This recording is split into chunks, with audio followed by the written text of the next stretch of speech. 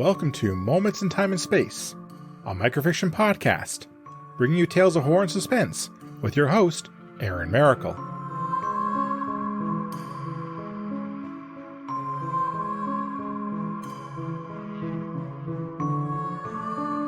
Hello everyone.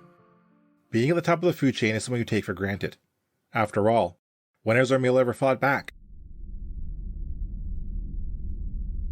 Alexi was relaxing by the fire, enjoying a book, and listening to the wolves howl at the moon. The vampire did not require the warmth, but the idea of reading by the light of a fire appealed to him. The door to his chamber burst open, and Gregor rushed in with a look of panic on his face. Had the robust vampire been alive, Alexi would expect to see Gregor struggling to catch his breath and his round face covered in sweat. "Alexi, come quick! Something terrible has happened," Gregor said. "A plague has befallen us." Alexi put his book down and rose from his chair. "A plague? Is this a jest?" Gregor just shook his head and beckoned for Alexi to follow. The vampires ascended the stairs to the basement where the sleeping chambers resided.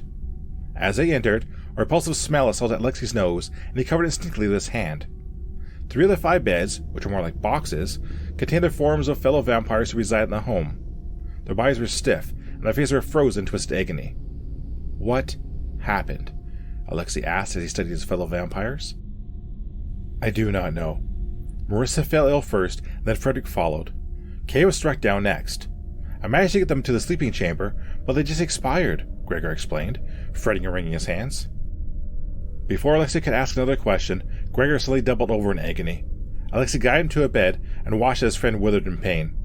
"Alexi, my gut! It burns! My insides are on fire!" Gregor cried. Alexi watched as his friend stiffened and perished the malady that assaulted his body. The door of the sleeping chamber swung open, and Alexi spun around to face a group of dirty, malnourished humans dressed in rags.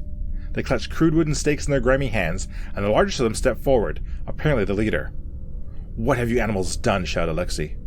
"We poisoned your larder," the leader replied, and the group rushed forward with their stakes held high.